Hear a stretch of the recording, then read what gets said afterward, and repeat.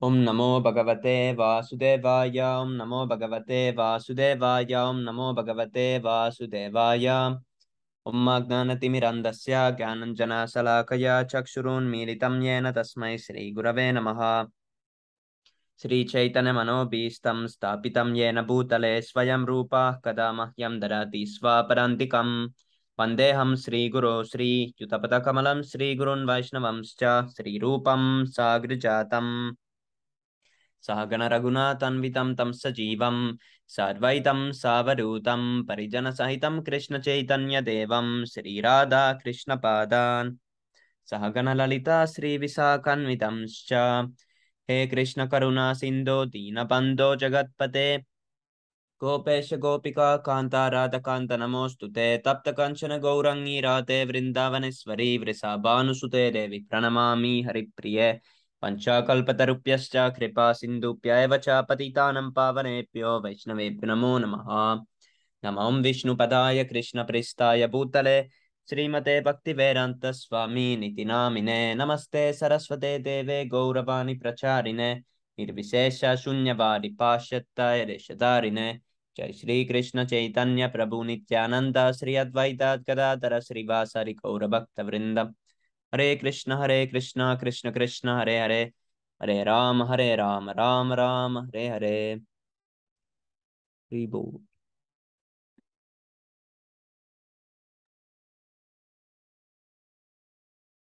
1 second. Let's see where we left.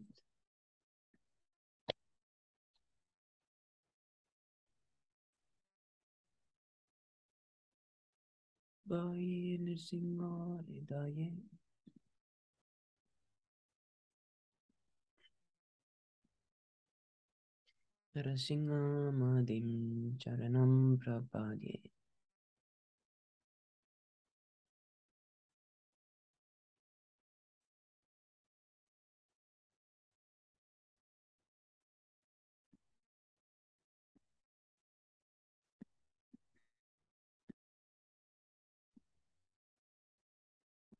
Okay, Haribo. So we continue from chapter 40. Krishna enters Mathura. Hare Krishna.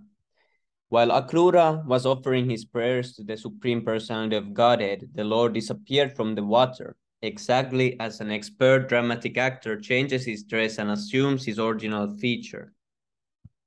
After the Vishnu Murti disappeared, Akrura got out of the water, finishing the rest of his ritualistic performances. He went near the chariot of Balaram and Krishna and was struck with wonder. Krishna asked whether he had seen something wonderful within the water or in space. Akrura said, "My dear Lord, all wonderful things that are happening within this world, either in the sky or in the water or on the land, are factually appearing in your universal form. So, when I have seen you, what wonderful things have I not seen?" This statement confirms the Vedic version, that one who knows Krishna knows everything, and one who has seen Krishna has seen everything, regardless of how wonderful a thing may be. My dear Lord, Akrura continued, there cannot be anything more wonderful than your transcendental form. When I have seen your transcendental form, what is there left to see? After saying this, Akrura immediately started the chariot. By the end of the day, they had almost reached the precincts of Mathura. When passing from Vrindavan to Mathura, all passerbys along the way who saw Krishna and Balaram could not help but look at them again and again. In the meantime, the other inhabitants of Vrindavan, headed by Nanda and Upananda, had already reached Mathura by going through forest and rivers, and they were awaiting the arrival of Krishna and Balaram. Upon reaching the entrance to Mathura, Krishna and Balaram got down from the chariot and shook hands with Akrura. Krishna informed Akrura, "You may go home now because we shall enter Mathura along with our associates." Akrura replied, "My dear Lord, I cannot go to Mathura alone. Leaving you aside, I am your surrendered servant. Please do not try to avoid me.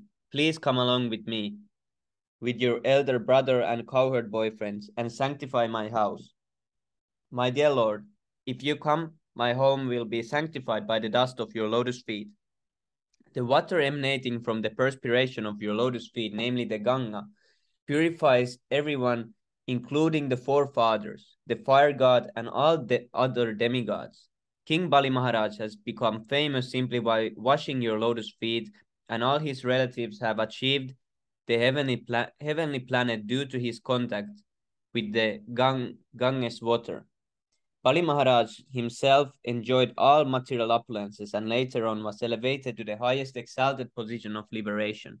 The Ganges water not only sanctifies the three worlds, but is carried on the head of Lord Shiva, O Supreme Lord of all lords, O Master of the universe. I offer my respectful obeisances unto you.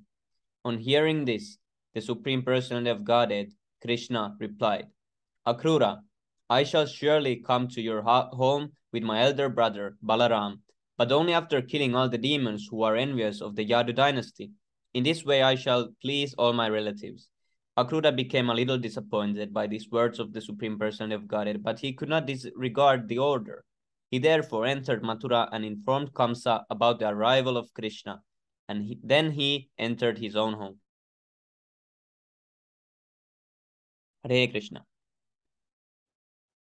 Hare Krishna Prabhus, please accept my humble obeisances. All glories to Srila Prabhupada. Okay, anyone can continue from here. Who wants to continue?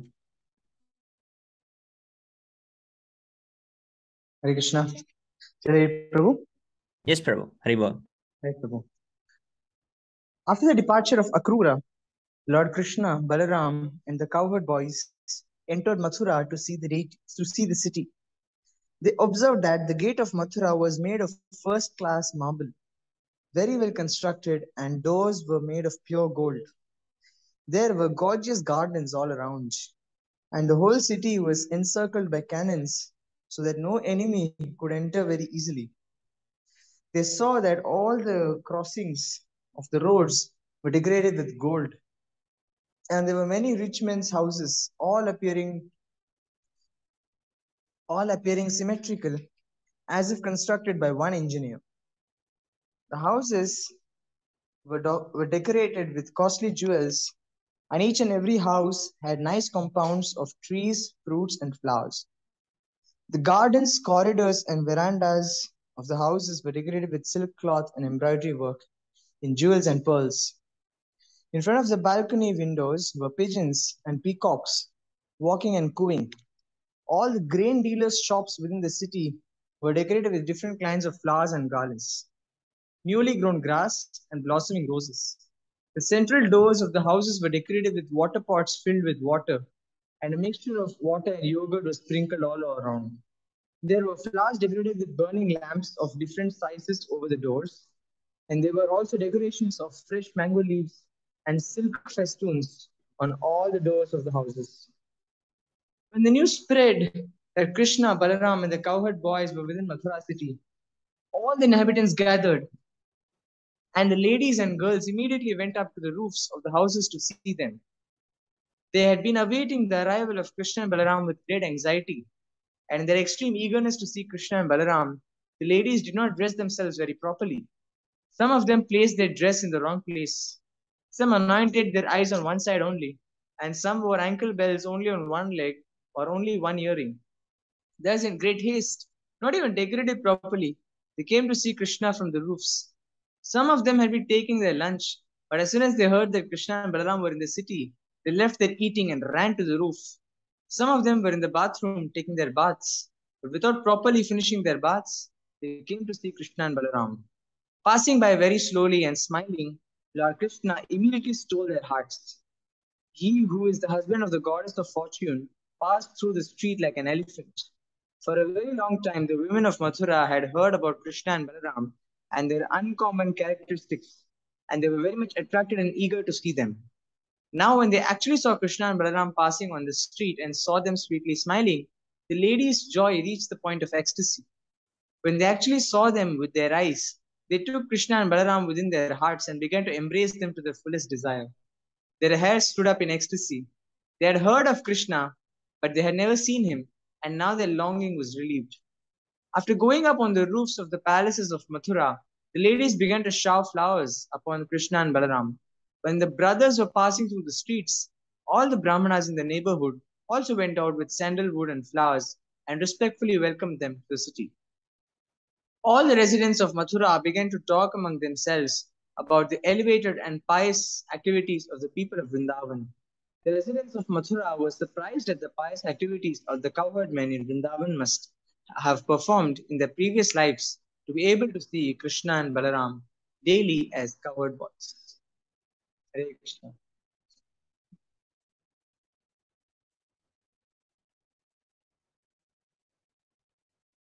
While Krishna, oh, sorry, did you? Yes, Prabhu, you can continue.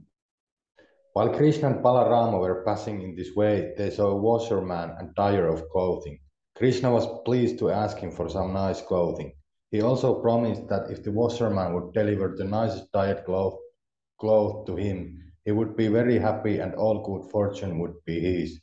Krishna was neither beggar nor was he in need of clothing, but by this request he indicated that everyone should be ready to offer to Krishna whatever he wants. That is the purpose of Krishna consciousness. Unfortunately, this washerman was a servant of Kamsa and therefore could not appreciate the demand of Lord Krishna, the Supreme Personality of Godhead.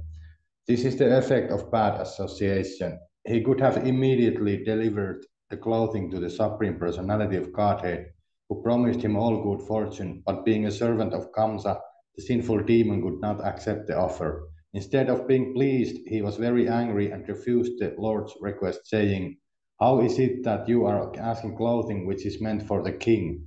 The washerman then began to instruct Krishna and Balarama, "My dear boys, in the future don't be so impudent as to ask for things which belong to the king.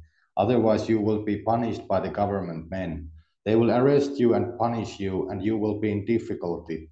I have practical experience of this fact. Anyone who unlawfully wants to use the king's property is very severely punished." On hearing this, Lord Krishna, the son of Devaki, became very angry at the washerman and striking him with the upper portion of his hand, he separated the man's head from his body. The washerman fell down dead on the ground. In this way, Lord Krishna confirmed the statement that every limb of his body is capable of doing everything he likes. Without a sword, but simply with his hand, he cut off the head of the washerman. This is proof that the Supreme Lord is omnipotent. If he wants to do something, he can do it without extraneous help. After this ghastly incident, the employees of the washerman immediately dispersed, leaving the clothing. Krishna and Balarama took possession of it and dressed according to their choice. The rest of the clothes were offered to the cowherd boys, who also used them as they desired. But they did not remain there. They then continued to proceed. In the meantime, a devotee tailor took the opportunity of service and prepared some nice clothes from the cloth for Krishna and Balarama. Thus, being very nicely attired, Krishna and Balarama looked like elephants dressed with colored clothing on the full moon day of the dark moon. Krishna was very much pleased with the tailor and gave him the benediction of Sarupya Mukti, which means that after leaving his body, he would be liberated and would attain a body exactly like 400 Narayanas in the Vaikuntha planets.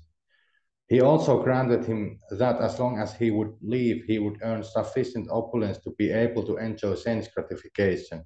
By this incident, Krishna proved that those who are Krishna conscious devotees will not be lacking material enjoyment or sense gratification. They will have sufficient opportunity for such things, but after leaving this life, they will be allowed to enter the spiritual planets of Vaikuntha Loka or Krishna Loka, Goloka Vrindavana. You can go on. Thank you. Hare Krishna. Thank you, Prabhu.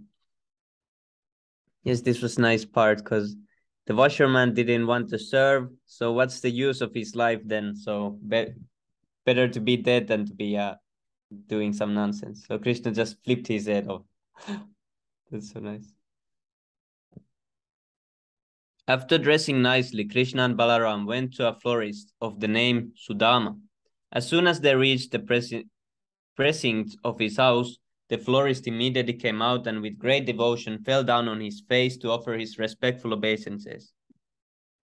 He offered a nice seed to Krishna and Balaram and asked his assistant to bring out flowers and betel nuts smeared with pulp of chandan.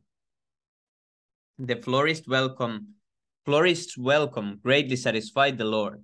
The florist very humbly and submissively offered his prayer to the Lord, saying, My dear Lord, because you have come to my place, I think all my forefathers and all my worshipable superiors are pleased and delivered. My dear Lord, you are the supreme cause of all causes of this cosmic manifestation, but for the benefit of the residents of this earthly planet, you have appeared with your plenary portion to give protection to your devotees and annihilate the demons. You are equally disposed as the friend of all living entities. You are the super soul, and you do not discriminate between friend and enemy. Yet you are pleased to give your devotees the special result of their devotional activities. My dear Lord, I am praying that you please tell me whatever you wish me to do, because I am your eternal servant. If you will allow me to do something, it will be a great favor to me. The florist Sudama was greatly pleased with his heart by seeing Krishna and Balaram in his place, and thus, as his choicest desire, he made two exquisite garlands of various flowers and presented them to the Lord. Both Krishna and Balaram were very pleased with his sincere service, and Krishna offered the florist his salutation and benediction, which he is always prepared to bestow upon the surrendered souls. When the florist was offered benediction, he begged from the Lord that he might remain his eternal servant in devotional service, and by such service do good to all living creatures. By this, it is clear that the devotee of the Lord in Krishna consciousness should not be simply satisfied by his own advancement in devotional service. He must be willing to work for the welfare of all others. This example was followed by the six Goswamis of Vrindavan. It is therefore stated in their prayer, Lokanam Hitakarinau. Vaishnavas, or the devotees of the Lord, are not selfish. Whatever benefit they derive from the Supreme Person of Godhead as benediction, they want to distribute to all other persons.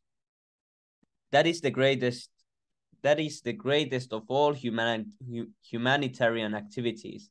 Being satisfied with the florist, Lord Krishna not only gave him benediction for whatever he wanted, but over and above that, he offered him all material opulences, family prosperity, long duration of life, and whatever else his heart desired within this material world. Thus ends the Bhaktivedanta purport of the 40th chapter of Krishna.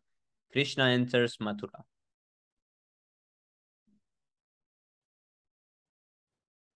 Haribol.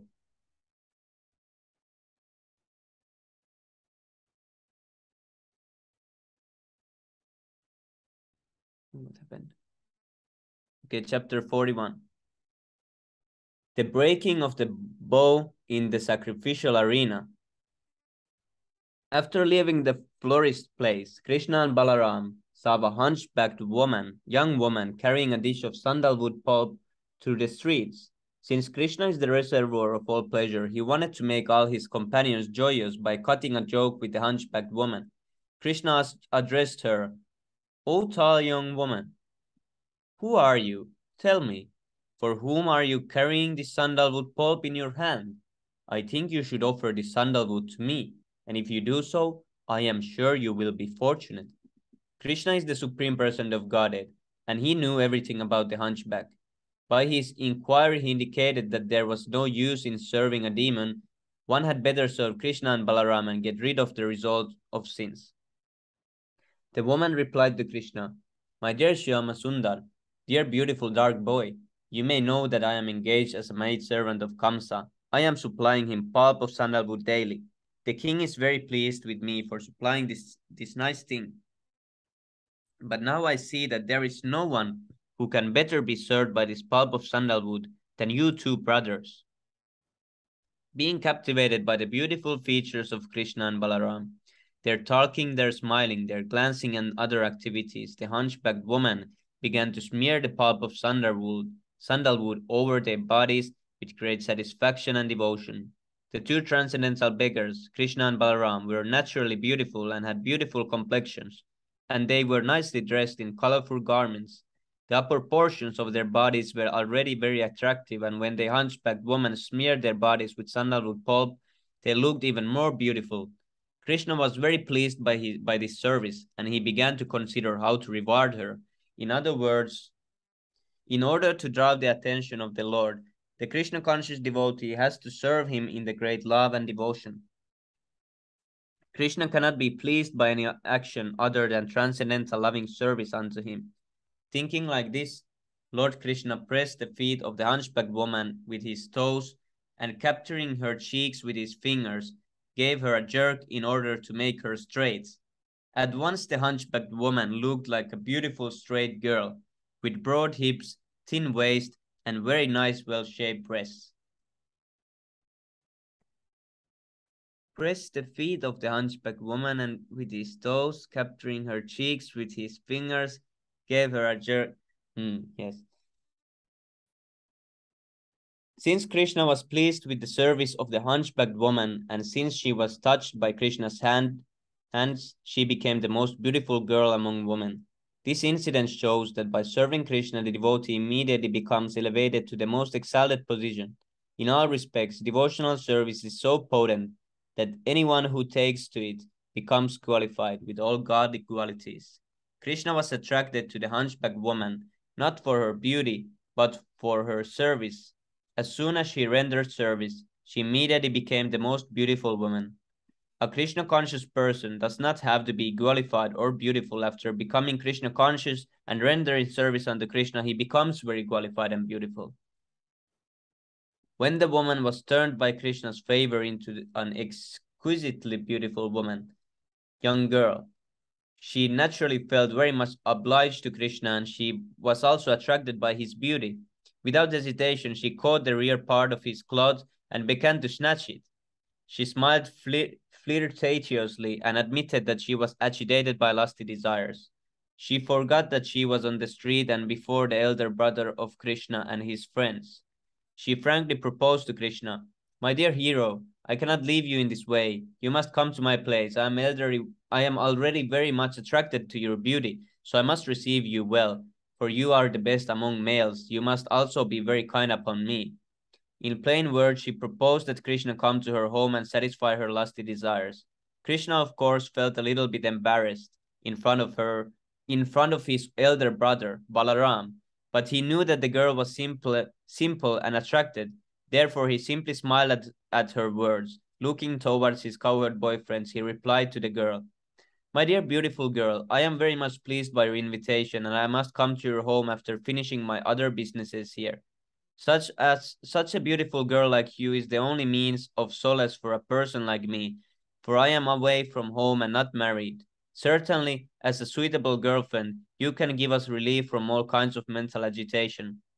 Krishna satisfied the girl in this way with sweet words. Leaving her there, he began to proceed down the streets of the marketplace, where the citizens were prepared to receive him with various kinds of presentations, especially betel nuts, flowers, and sandalwood. The mercantile man in the market worshipped Krishna and Balaram with great respect. When Krishna was passing through the street, all the women in the surrounding houses came to see him, and some of the younger ones almost fainted, being captivated by his beauty. Their hair and tight dresses loosened, and they forgot where they were standing. Krishna next inquired from the citizens as to the location of the place of sacrifice. Kamsa had arranged for the sacrifice called Danur Jagna, and to designate this particular sacrifice, he had placed a big bow near the sacrificial altar. The bow was very big and wonderful and resembled the rainbow in the sky. Within the sacrificial arena, this bow was protected by many constables and watchmen engaged by King Kamsa. As Krishna and Balaram approached the bow, they were warned not to go nearer. But Krishna ignored this warning. He forcibly went up and immediately took the big bow in his left hand. After stringing the bow in the presence of the crowd, he drew it and broke it at the middle into two parts, exactly as an elephant breaks sugar cane in the field. Everyone present appreciated Krishna's power. The sound of the bow cracking filled both the sky and land and was heard by Kamsa. When Kamsa heard what had happened, he began to fear for his life. The caretaker of the bow, who was standing by watching, became very angry. He ordered his men to take up weapons and he began to rush towards Krishna, shouting, "Arrest him, kill him, kill him." Krishna and Balaram were surrounded. When they saw the threatening motions of the guards, they became angry, and taking up the two pieces of the broken bow, they began to beat off all the caretaker's man. While this turmoil was going on, Kamsa sent a small group of troops to assist the caretakers, but both Krishna and Balaram fought with them and also killed them. With some sticks only, they were hitting them. After this, Krishna did not proceed further into the sacrificial arena, but went out the gate and proceeded towards their resting camp.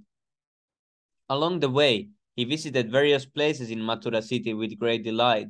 Seeing the activities and wonderful prowess of Krishna, all the citizens of Mathura began to consider the two brothers to be demigods who had come down to Mathura, and they all looked upon them with great astonishment. The two brothers strolled carefree in the street, not caring for the love and order of Kamsa.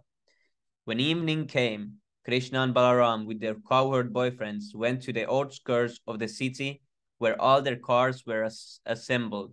Thus, Krishna and Balaram gave some preliminary hints of their arrival to Kamsa, and he could understand what severe type of danger was awaiting him in the next day in the sacrificial arena. When Krishna and Balaram were going from Vrindavan to Mathura, the inhabitants of Vrindavan had imagined the great fortune of the citizens of Mathura in being able to see the wonderful beauty of Krishna, who is worshipped by his pure devotees, as well as the goddess of fortune. The fantasies of the residents of Vrindavan were actually realized, for the citizens of Mathura became fully satisfied by seeing Krishna. When Krishna returned to his camp, he was taken care of by his servants, who washed his lotus feet, gave him a nice seat, and offered him milk and palatable dishes of foodstuffs. After taking supper and thinking of the next day's program, he very peacefully began to take rest. Thus, he passed the night there. On the other side, when Kamsa came to understand about the breaking of his wonderful bow and the killing of the caretaker and soldiers by Krishna, he could partially realize the power of the Supreme Person of Godhead. He could realize that the eighth son of Devaki had appeared and that now his death was imminent. Thinking of his imminent death, he could not rest the entire nights. He began to have many inauspicious visions, and he could understand that both Krishna and Balaram, who had approached the precincts of the city, were his messengers of death. Kamsa began to see various kinds of inauspicious signs, both awake and dreaming. When he looked in the mirror, he could not see his head, although the head was actually present. He could see the luminaries in the sky in double, although there was only one set factually. He began to see holes in his shadow, and he could hear high buzzing sound within his ears. So these are all inauspicious signs. All the trees before him appeared to be made of gold, and he could not see his own footprints in dust or muddy clay. In dream, he saw various kinds of ghosts being carried in a carriage drawn by donkeys.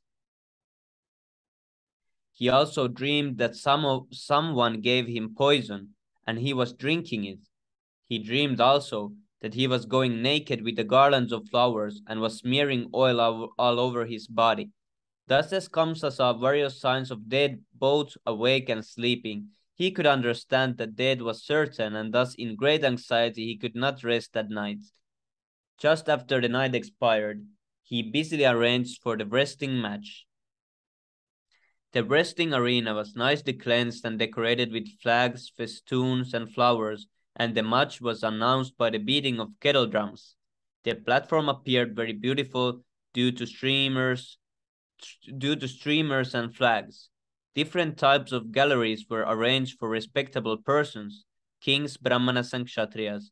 The various kings had reserved thrones, and others had arranged seats also. Kamsa finally arrived, accompanied by various ministers and secretaries, and he sat on the raised platform, especially meant for him. Unfortunately, although he was sitting in the center of all governing executive heads, his heart was palpitating in fear of death. Cruel death evidentially does not care even for a person as powerful as Kamsa. When death comes, it does not care for anyone's exalted position. When everything was complete, the wrestlers who were to exhibit their skills before the assembly walked into the arena. They were decorated with bright ornaments and dress. Some of the famous wrestlers were Chanura, Mustika, Shala, Kuta, and Toshala. Being enlivened by the musical concert, they passed through with great alacrity. All the respectable cowherd men who came from Vrindavan headed by Nanda were also welcomed by Kamsa. After presenting Kamsa with the milk products they had brought with them, the cowherd men also took their respective seats by the side of the king on a platform especially meant for them. Thus ends the Bhaktivedanta purport of the 41st chapter of Krishna, the breaking of the bow in the sacrificial arena. Ribu.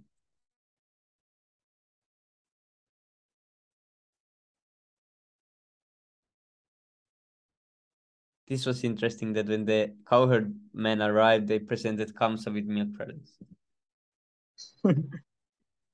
Also, there is that one particular section where it said that when he touched that hunchback woman, she became Yes. a beautiful young girl, and then Krishna is flirting with her. Yes, That's Prabhu. why Prabhupada says in one place, first of all, Krishna is not lusty. Krishna does not require anyone to satisfy his senses. But Yeah. even if he wants to be lusty, he is supremely lusty. Yeah. Nobody can flirt like him. Yes, Prabhu.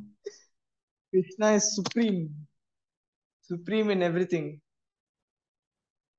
Yes, that was also weird I'm situation telling that because is there was very all the interesting. yes, there was also all the boys and all his friends were there, and he was like a little embarrassed, like why is this woman like this, like. But then he understood that. Yeah, again, yeah, all that pastimes, and everything is Leela. He wants to enjoy such variety. He wants to enjoy flirting also. That is,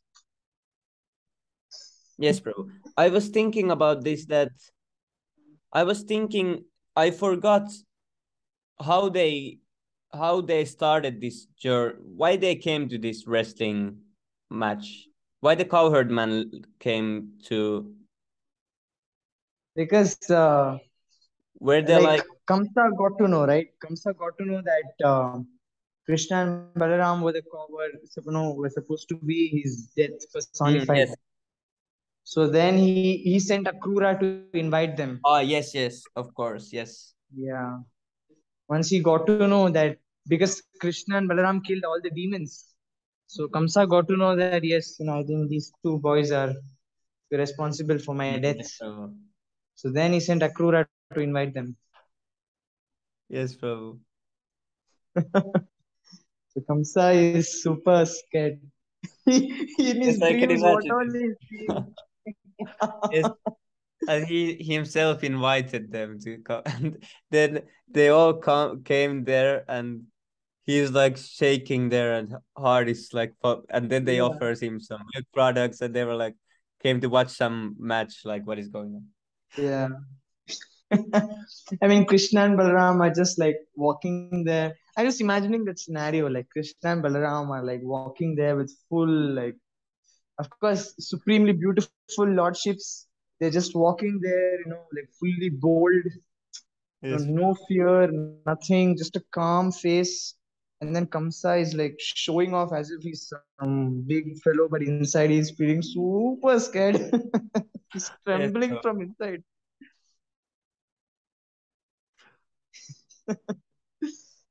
Yes, this is I amazing mean, pastime. this, I mean, no movie, nothing action compared to this Yes, bro. Krishna's pastime. And now only like this is third time reading this, and now I'm only starting to a little bit understand the order which everything happened. Yeah, that is, no matter how many times you keep on reading, it's nectarian. Yes, bro. Yeah. Oh, next time is gonna be killing of the elephant. Yeah. Okay, Ribble, now we can go to six to come first.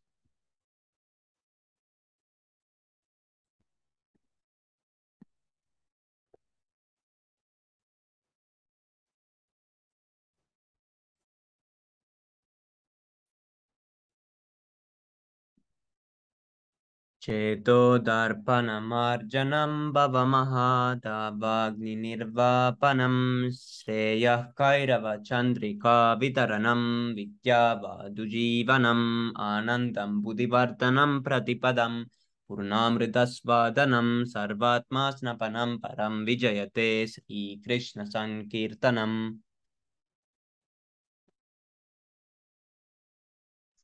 नाम्नामकारि बहुधानि च सर्वशक्तिस्तत्रार्पितानि अमितः स्मरणेन कालः एतादृशी तव कृपा भगवन् ममापि दुर्दैवमीदृशमिहा च निनानुरागः तृणादपि सुनीचेन तरोरपि सहिष्णुना अमानिना मानदेन कीर्तनीया सदा हरि।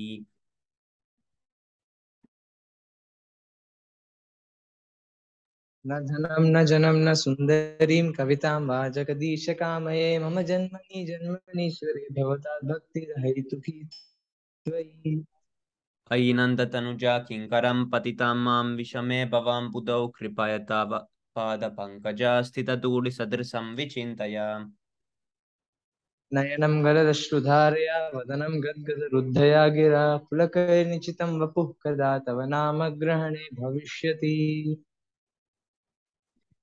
युगायितं निमेषेण चक्षुषा प्रविश्यायितं शून्यायितं जगत्सर्वं गोविन्दाविरहेण मे। आश्लिष्य वा पादरतां पिनष्टु मामदर्शनान् वर्महतां करोतु वा यथा तथा वा विदधातुलं पटो मत्प्राणनाथस्तु स एव नापरः Tribor. Glory to the Sri Krishna Sankirtanam, which cleanses the heart of all the dust accumulated for years and extinguishes the fire of conditional life of repeated birth and death. This Sankirtana movement is a prime benediction for humanity at large, because it spreads the rays of the benediction moon. It is the life of all transcendental knowledge. It increases the ocean of transcendental bliss, and it enables us to fully taste the nectar for which we are always anxious.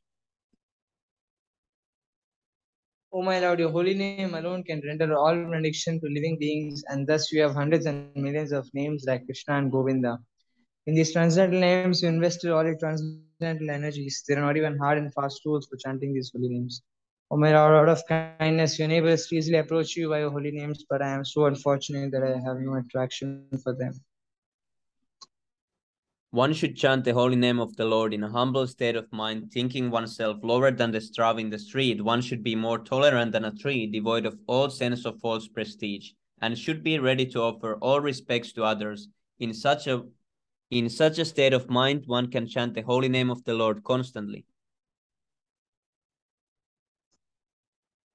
O Almighty Lord, I do not desire to accumulate any wealth, nor do I desire beautiful women, nor do I want any number of followers. I only want your causeless devotional service, birth after birth. O son of Maharaj Nanda, Krishna, I am your eternal servitor, yet somehow or other I have fallen into the ocean of birth and death. Please pick me up from this ocean of death and place me as one of the atoms at your lotus feet. O my Lord, when will my eyes be filled with tears of love flowing constantly when I chant your holy name? When will my voice choke up, and when will the hairs of my body stand in the hesitation of your name? O Govinda, feeling your separations, I'm considering a moment to be like 12 years or more. Tears are flowing from my eyes like torrents of rain, and I'm feeling all vacant in the world in your absence. I know no one but Krishna is my Lord, and he shall remain so, even if he handles me roughly by his embrace or makes me broken hearted by not being present before me. He is completely free to do anything and everything, for he is always my worshipful Lord unconditionally. Haribo, Sri Siksastakam ki jai. Haribo, Jai, Sankirtan ki jai. Panchadata Jai, ki Jai, jai. Nityananda Jai, Prabhu ki jai. Sri Krishna Jai, Jai, Chaitanya Mahaprabhu ki jai. Jagat Guru Jai, Jai, Bhaktivedanta Swami Srila Prabhupada ki jai. Nitai Jai, Gaura Jai. Jai. Premanande. Hari Hari Bol. Hari Hari Haribo. Bol.